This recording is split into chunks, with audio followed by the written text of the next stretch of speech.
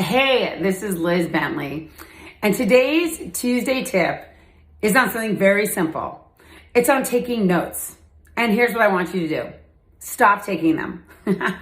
Now, I don't mean all together. You can take a handful of notes. But I've noticed from some of the executives that I coach, either in retreats or in one-on-one meetings, that they have a tendency to take too many notes, and notes that are completely unnecessary, okay?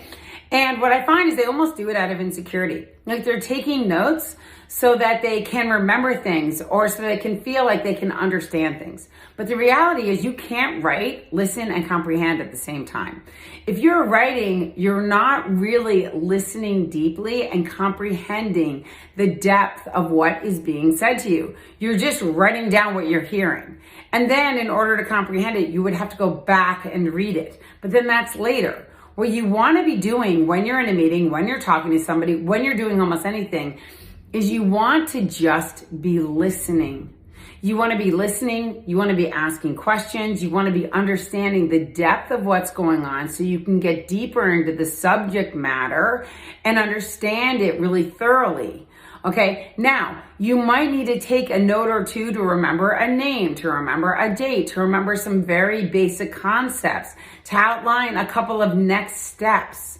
But that's just at certain points throughout the meeting, you're not scribing the whole meeting, okay? So here are the tips.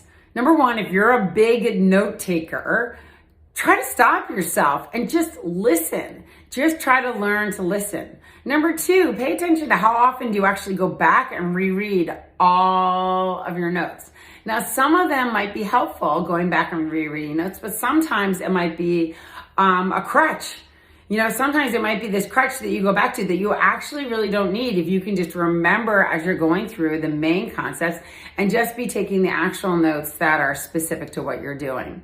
Okay, and then the biggest tip is to really learn how to listen and comprehend in meetings without any distraction, with really just understanding the concepts in front of you. You'd be amazed at how good your brain will get, how good your memory will be at understanding what's happening. Because you see, once you understand something, it's not that hard to remember it, because it becomes part of your comprehension. Then the only thing you have to remember are specific dates or specific names or very specific things inside of the comprehension. So give yourself a promotion.